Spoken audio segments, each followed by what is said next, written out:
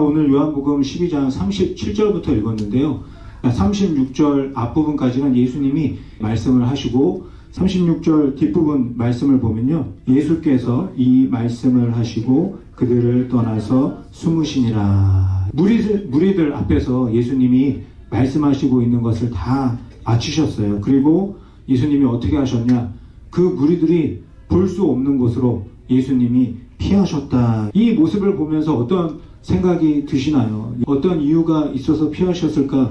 왜 예수님이 피하셨냐면 이 많은 사람들을 봤을 때 예수님의 마음이 너무 안타깝기 때문에 예수님이 이들을 피하신 것입니다. 예수님이 너무 답답하셔서 사람들이 없는 곳에 가게 되신 것이죠. 오늘 함께 읽은 37절부터 43절 말씀도요. 예수님, 하나님의 안타까운 마음이 계속 나오는 것을 볼 수가 있습니다. 우리 오늘 37절 말씀을 보면요. 그 뒷부분에 이렇게 기록을 합니다. 그를 믿지 아니하니. 그 다음에 38절 중간에도 보면요. 누가 믿었으며, 또 39절에도 보면은 믿지 못한 것은 이 때문이니, 이렇게 계속 반복적으로 말씀을 하고 있습니다. 사람들이 믿지를 않는다. 믿지를 못한다. 왜 이것이 예수님의 마음을 안타깝게 하는 것일까요? 왜냐하면 하나님께서 모든 사람들이 믿을 수 있도록 계속 안내해 주시고 계속 인도해 주시고 알려주고 계시는데도 믿지 않으니까 하나님이 너무 안타까워 하시는 것입니다. 이런 이스라엘 백성들을 보면서 하나님이 이렇게 말씀하시는 거예요. 도대체 왜 이렇게 안 믿는 거니? 어떻게 해야 믿을 거니? 하나님께서 말씀하고 계시는 것입니다. 오늘 우리가 함께 읽은 말씀 하나하나 보면서 하나님의 안타까운 마음을 살펴보도록 하겠습니다. 우리 먼저 요한복음 12장 37절 말씀, 이렇게 많은 표적을 그들 앞에서 행하셨으나 그를 믿지 아니하니. 우리가 요한복음에서 계속 보고 있는 것이 무엇이냐면요, 표적을 보고 있습니다. 요한복음에는요, 예수님이 행하신 많은 표적 중에서 7가지만 기록을 하고 있습니다. 예수님이 7가지만 행하지 않으셨어요. 그런데 7가지만 표적을 보여주고 있는 것이죠. 물로 포도주를 만들고 병든 자를 고치고 눈먼 자를 보게 하고 죽은 자를 살려주면서 예수님이 표적이라고 말씀을 하고 계십니다. 표적이라는 것은요, 그 안에 의미가 있는 기적이라는 것입니다. 예수님이 행하신 기적과 표적은 정말 많지만 이 7가지만 봐도 알 수 있는 것이 있기 때문에 요한은 수많은 것들 중에서 7가지만 기록을 하고 있습니다. 그렇다면 이 표적을 통해서 우리가 알 수 있는 것이 무엇이겠습니까? 예수님이 표적을 통해서 보여주고자 하는 것이 무엇입니까? 요한복음 20장 30절 31절에 기록되어져 있습니다. 예수께서 제자들 앞에서 이 책에 기록되지 아니한 다른 표적도 많이 행하셨으나 오직 이것을 기록함은 너희로 예수께서 하나님의 아들 그리스도이심을 믿게 하려 함이요, 또 너희로 믿고 그 이름을 힘입어 생명을 얻게 하려 함이니라. 표적을 통해서 무엇을 알려주고 있습니까? 예수님이 하나님의 아들이시다. 예수님이 그렇게 기다리시던 메시아 그리스도이시다. 이것을 알 수 있다는 겁니다. 그리고 이것을 알게 되면 예수님을 믿게 되고, 예수님을 믿게 되면 생명을 얻을 수 있다. 그러니까 표적을 보면요, 예수님이 누구이신지 알게 된다는 겁니다. 그런데 이스라엘 백성들은 어떻습니까? 지금으로부터 2000년 전에 예수님이 이스라엘 백성들 눈앞에 찾아오셨습니다. 그리고 바로 눈앞에서 수많은 기적과 표적을 보여주셨습니다. 눈앞에서 예수님이 행하시는 모든 것들을 직접 보고 들었습니다. 그런데도 예수님을 믿지를 못하고 있는 겁니다. 그러니까 예수님 마음이 얼마나 답답하시겠습니까? 38절에서도요, 예수님의 안타까운 마음, 답답한 마음을 볼 수가 있습니다. 이는 선지자 이사야의 말씀을 이루려 하심이라. 이르되 주여 우리에게서 들은 바를 누가 믿었으며 주의 팔이 누구에게 나타났나이까 하였더라. 이사야 선지자는요, 예수님이 오시기 전 700년 전에 활동했었던 선지자였습니다. 이 이사야 선지자가 메시아가 곧 올 것이다, 700년 전부터 이스라엘 백성들에게 알려주고 있었던 것이죠. 이 말씀을 듣고 이스라엘 사람들은요, 700년 동안 메시아 그리스도를 기다리고 있었습니다. 이사야 선지자가 메시아에 대해서 뭐라고 예언을 하고 있습니까? 이사야 1장부터 66장까지 계속 말씀하고 있지만 그 중에서도 이사야 53장에서 아주 정확하게 메시아에 대해서, 그리스도에 대해서 말씀하고 있습니다. 그 중에서 2절부터 5절 말씀이 있는데요. 그는 주 앞에서 자라나기를 연한 순 같고 마른 땅에서 나온 뿌리 같아서 고운 모양도 없고 풍채도 없은즉 우리가 보기에 흠모할 만한 아름다운 것이 없도다. 그는 멸시를 받아 사람들에게 버림받았으며 간고를 많이 겪었으며 질고를 아는 자라. 마치 사람들이 그에게서 얼굴을 가리는 것 같이 멸시를 당하였고 우리도 그를 귀히 여기지 아니하였도다. 그는 실로 우리의 질고를 지고 우리의 슬픔을 당하였거늘 우리는 생각하기를 그는 징벌을 받아 하나님께 맞으며 고난을 당한다 하였노라. 그가 찔림은 우리의 허물 때문이요 그가 상함은 우리의 죄악 때문이라. 그가 징계를 받음으로 우리는 평화를 누리고 그가 채찍에 맞음으로 우리는 나음을 받았도다. 오실 예수님에 대해서, 그리고 예수님이 어떠한 삶을 사실 것에 대해서 700년 전부터 계속 말씀하고 계십니다. 예수님이 우리의 죄와 허물을 짊어지시고 우리 대신 찔리고 상하고 징계받고 채찍에 맞는다, 700년 전부터 아주 정확하게 말씀하고 계십니다. 이 말씀을 이스라엘 백성들은 너무나 잘 알고 있었습니다. 그런데도 믿지를 못하고 있는 것이죠. 그리고 요한복음 12장 40절에서 또 하나의 믿지 못하는 이유를 말씀하고 있습니다. 그들의 눈을 멀게 하시고 그들의 마음을 완고하게 하셨으니 이는 그들로 하여금 눈으로 보고 마음으로 깨닫고 돌이켜 내게 고침을 받지 못하게 하려 함이라 하였음이더라. 이 말씀을 보고 있으면요, 꼭 하나님이 믿지 못하게 하시는 것 같습니다. 하나님이 보지 못하게 하시는 것 같습니다. 하지만 이 안에 담겨져 있는 진정한 의미는 어떤 것이냐면요, 하나님이 너무 안타깝다는 겁니다. 그렇게 보여주고 그렇게 들려주는데도 보지 못하고 생각하지 못하는 이스라엘 백성들의 모습이 너무 안타깝다. 하나님과 함께 보지 않고 하나님과 함께 생각하지 않으니까 하나님이 보여주시는 것을 볼 수가 없었고 하나님이 알려주시는 것을 생각할 수가 없었던 것입니다.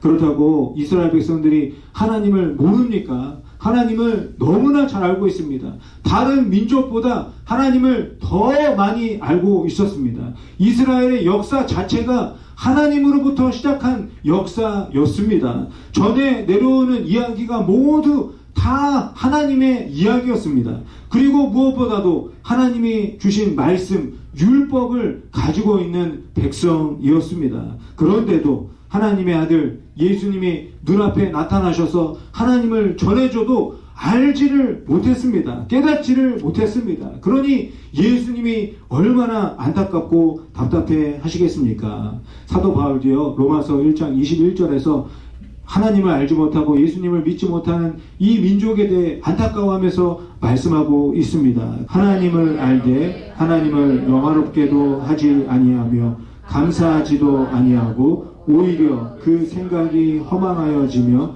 미련한 마음이 어두워졌나니. 이스라엘 백성들이 하나님을 알기는 압니다. 그런데 하나님을 생각하지를 않습니다. 하나님께 감사하지도 않습니다. 그 생각이, 그 마음이 어두워졌다. 생각과 마음이 어두워진 것이 무엇입니까? 하나님 없이 살아간다는 겁니다. 하나님은 분명히 계시는데 하나님이 없는 것처럼 살아가는 것이 어두운 삶이다. 그리고 이들에 대해서 하나님이 어떻게 하셨는지 로마서 1장 28절에서 말씀하고 있습니다. 또한 그들이 마음에 하나님 두기를 싫어하며 하나님께서 그들을 그 상실한 마음대로 내버려 두사 합당하지 못한 일을 하게 하셨으니, 하나님 없이 사는 것도 모자라서 이스라엘 백성들은 하나님과 함께 하기를 싫어했. 그랬더니 하나님께서 어떻게 하십니까? 하나님 없이 하라고 내버려 두셨다. 하나님 없이 보고, 하나님 없이 말하고, 하나님 없이 살고, 하나님 없이 생각하고 결정하도록 내버려 두셨다. 이게 무슨 말씀이겠습니까? 하나님이 너무 마음이 안타깝다. 사도 바울을 통해서 전해주고 있는 것입니다. 이스라엘 백성들은요, 수많은 기적과 표적을 보았습니다. 그리고 수많은 선지자들이 하나님의 말씀을 예언했습니다. 심지어는 예수님이 직접 찾아오셔서 하나님을 전해 주셨습니다. 그런데도 믿지를 않았습니다. 예수님이 마음이 찢어지도록 아픈 마음이셨습니다. 이런 상황 중에도 믿는 자들이 있는 것 같은 그런 말씀 구절이 있습니다. 42절에 보면 알 수가 있는데, 그 앞부분에서는요, 이렇게 말하잖아요. 관리 중에도 그를 믿는 자가 많다. 그러니까 예수님이 하시는 일들을 보면서 믿는 자가 많은 것처럼 보입니다. 그런데 그 뒷부분에서 뭐라고 말씀하고 있습니까? 바리새인들 때문에 드러나게 말하지 못하니 이는 출교를 당할까 두려워함이라. 뭐라고 말씀하세요? 믿고 싶어도 출교를 당할까봐 무서워서 믿지 못한다. 출교가 도대체 뭐일까요? 그 당시 벌 중에서 최고의 벌이었습니다. 3단계 3개로 나누어져서 적용이 되고 있는데, 첫 번째 단계에서는요, 이 잘못을 꾸짖고 나무라는 단계입니다. 그래서 일주일 동안 사람들과 대화하는 것을 금지하게 됩니다. 그리고 그게 더 심해지면 30일 동안 아무도 만나지 못하게 하고 성전에 들어갈 수가 없습니다. 그리고 마지막 3번째 단계에서는 모든 사람들과의 관계가 다 끊어지고 혼자 격리되어져서 생활을 해야 했습니다. 모든 혜택과 보호와 권리가 다 사라지게 되는 그런 벌이 되어져 있습니다. 억울한 일을 당해도 보호를 받을 수가 없습니다. 그리고 심지어는 내가 죽었을 때 그 사람을 위해서 슬퍼하는 것도 금지되는 그런 최고의 형벌이었습니다. 그러니 이 유대인들이 출교 당한다는 건요, 죽은 것과 마찬가지입니다. 사형 선고와 마찬가지인 벌이기 때문에 고위층에 있는 사람들일수록 출교 당하기를 원하지 않았습니다. 모든 것을 다 포기하고 죽은 것처럼 살아야 했기 때문이죠. 그래서 요한복음 12장 43절에서 이 모든 것을 통틀어서 한 구절로 정리를 하고 있습니다. 그들은 사람의 영광을 하나님의 영광보다 더 사랑하였더라. 믿지 못하는 이유가 여러 가지 있는 것처럼 보이지만 결국은 한 가지라는 것입니다. 하나님을 알아가고 믿는 것보다 더 좋은 것이 있기 때문이라는 것입니다. 하나님을 믿는 것보다 더 사랑하는 것이 있고, 하나님과 함께하는 것보다 더 가치 있고 값어치 있게 생각되는 것들이 있기 때문에 이들이 믿지 않는다. 그렇기 때문에 이스라엘 백성들이 하나님과 함께 생각하지도 않고, 하나님과 함께 고민하지도 않고, 하나님과 함께 보지도 않고 듣지도 않고 말하지도 않게 된 것입니다. 하나님보다 더 중요하고 의미 있는 것들이 있기 때문이죠. 에덴 동산에서 아담과 하와가 뱀의 유혹을 받습니다. 아담과 하와가 뱀의 유혹을 받고 선악과를 보니까 너무 맛있게 보이는 거예요. 아담과 하와가 누구와 함께 선악과를 보고 있습니까? 하나님과 함께 보고 있습니까? 아니면 악한 영인 사탄과 함께 보고 있습니까? 하나님과 함께 보지 않고 하나님과 함께 생각하지 않으니까 너무나 안타까운 결과가 나타나게 된 것입니다. 하나님은 언제나 저와 여러분과 함께 하기를 원하십니다. 얼마나 우리와 함께 하기를 원하실까요? 성경에 보면요, 모든 자연 만물과 인간을 만드신 창조자 하나님께서 사람을 만나기 위해서 이 땅 가운데 직접 찾아오셨다. 온 우주보다 크신 하나님이 작고 초라한 성막에 찾아오십니다. 하나님이 티끌만도 못한 모세가 기도를 하면 그 기도를 들어주시고 응답하십니다. 레위 제사장들이 제사를 드리면 모든 사람들의 죄를 용서해 주십니다. 하나님이 굳이 왜 이렇게 하시는 것이겠습니까? 하나님은요, 사람과 함께 하기를 원하시기 때문입니다. 이것이 바로 성경에서 말하는 은혜입니다. 받을 수 있는 자격과 조건이 되지 않지만 받는 것, 이것이 바로 우리가 은혜라는 것을 알 수가 있습니다. 그렇다면 받을 수 없는 것이 도대체 무엇입니까? 받을 수 없는 것이 돈입니까? 건강인가요? 성공입니까? 받을 수 없는 것을 받게 되는 은혜가 과연 어떤 것이겠습니까? 그 은혜는 바로 하나님과의 관계를 말하는 것입니다. 온 우주보다 크고 넓고 높으신 하나님께서 온 우주에서 티끌만도 못한 사람을 만나주시고 함께 해주시는 것, 이것이 성경에서 계속 말씀하고 있는 놀라운 은혜인 것입니다. 이 은혜를 주시기 위해서 하나님의 아들이신 예수님이 이 땅에 직접 찾아오셨습니다. 예수님이 오기 전까지 이스라엘 사람들은요, 죄를 지을 때마다 제사를 드렸습니다. 소나 양이나 염소와 같은 가축을 잡아서 제사를 드렸습니다. 내 죄를 대신할 동물이 피를 흘리며 죽는 것을 보면서 이스라엘 사람들은 마음이 너무 괴로웠습니다. 그런데 이 제사가 시간이 계속 흘러가면서 변해버렸습니다. 구약 성경 마지막이 말라기 성경이잖아요. 말라기에 보면요, 변질된 제사에 대해서 기록을 하고 있습니다. 말라기 1장 8절 말씀인데요. 만군의 야훼가 이르노라, 너희가 눈먼 희생 제물을 바치는 것이 어찌 악하지 아니하며 저는 것 병든 것을 드리는 것이 어찌 악하지 아니하냐. 이제 그것을 너희 총독에게 드려보라. 그가 너를 기뻐하게 했으며 너를 받아주겠느냐. 하나님께 드리는 제물이요, 점점 형식적으로 변해갑니다. 눈이 멀어서, 다리가 저려서, 너무 아파서 없어도 될 것 같은 거를 제물로 바치는 겁니다. 그러면서 이스라엘 사람들이 어떻게 생각합니까? 제물 바쳤으니 이제 내 죄 용서됐겠지. 이렇게 자동적으로 형식적으로 생각해버리는 제사로 변질이 되어져 갔습니다. 그리고 예수님 시대에는 어떻게 변했습니까? 제물을 드리기 위해서는요, 내가 가지고 온 것을 드리는 게 아니라 성전에서 비싸게 파는 그 가축을 사야 했습니다. 또 헌금을 드리기 위해서 내 동전을 드리는 것이 아니라 성전에서 비싸게 파는 동전으로 바꿔서 드려야만 했습니다. 그러면 어떻게 되겠습니까? 제사장들이 많은 이익을 누리게 되는 것입니다. 이런 제사의 변질을 보면서 하나님은 너무나 안타까우셨습니다. 그래서 하나님이 결단하시는 것이죠. 변하지 않는 제물, 변질되지 않는 제사를 위해서 예수 그리스도를 보내기로 하나님께서 결단하신 것입니다. 예수님이 사람의 몸을 입고 오셔서 모든 사람들의 죄와 허물을 대신 짊어지시고 제물이 되어서 죽으신 것입니다. 하나님의 아들이신 예수님이 변하지 않는, 변질되지 않는 영원한 제물로 직접 찾아오신 것입니다. 예수님을 믿는다는 것은 무엇이겠습니까? 내 대신 죄의 값을 치러주신 예수님의 희생과 헌신을 믿는 것입니다. 이것을 믿으면 어떤 일이 벌어집니까? 하나님과의 관계가 회복되어지는 영생을 얻는 은혜를 누리게 되는 것입니다. 오늘 요한복음 12장 37절부터 43절에 나오는 이스라엘 백성들은 표적을 보고도 믿지 못했습니다. 예언을 알고도 믿지 못했습니다. 눈이 멀고 생각이 굳어져서 믿지 못했습니다.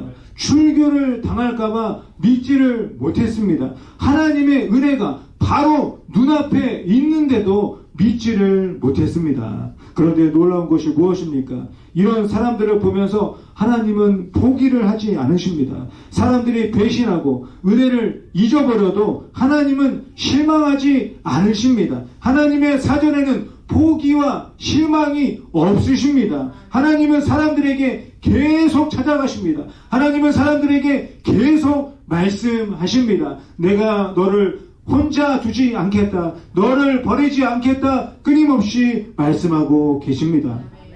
13장 1절에 이런 말씀이 있습니다. 유월절 전에 예수께서 자기가 세상을 떠나 아버지께로 돌아가실 때가 이른 줄 아시고 세상에 있는 자기 사람들을 사랑하시되 끝까지 뭐라고 말씀하십니까? 사람들을 사랑하시되 끝까지 사랑한다. 이 사람들이 조금이라도 변화가 보이기 때문에, 이 사람들이 점점 발전하는 모습이 보여서 사람들을 사랑하신 것이 아닙니다. 보고 있으면 맨날 실망스럽습니다. 보고 있으면 너무나 답답합니다. 답답해서 화가 날 지경입니다. 그런데도 하나님은 이런 사람들을 끝까지 사랑하신다. 하나님에게 끝은 어디입니까? 하나님에게 끝은 없습니다. 하나님은 영원하시기 때문이죠. 그렇기 때문에 하나님의 사랑도 끝이 없이 영원하다 믿지 못하는 사람들도 하나님은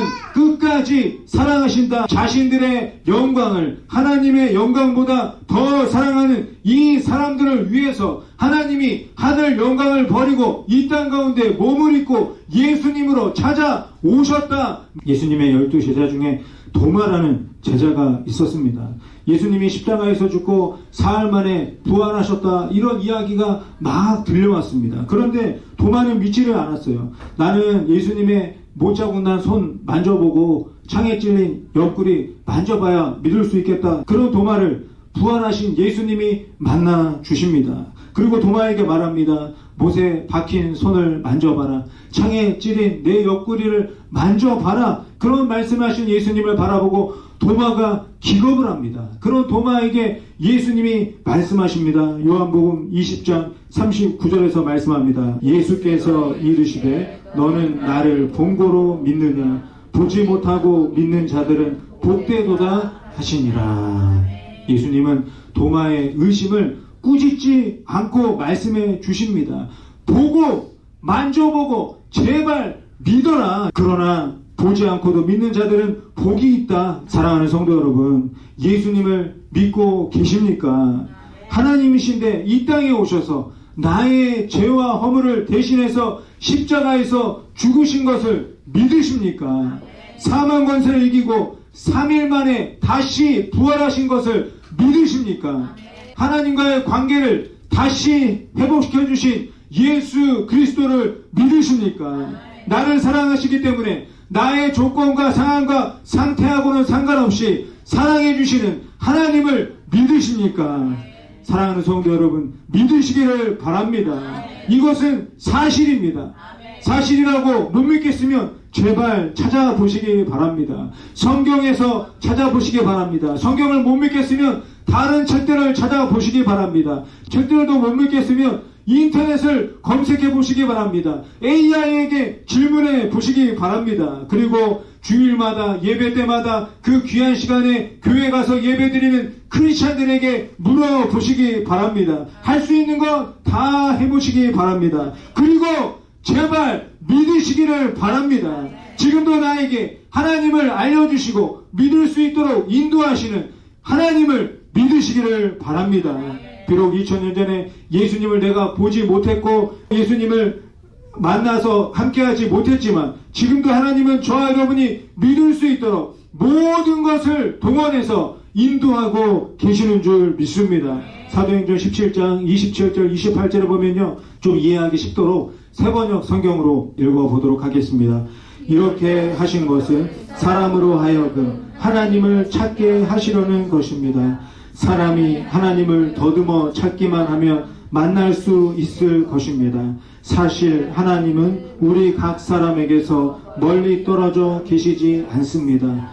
여러분의 시인 가운데 어떤 이들도 우리도 하나님의 자녀이다 하고 말한 바와 같이 우리는 하나님 안에서 살고 움직이고 존재하고 있습니다.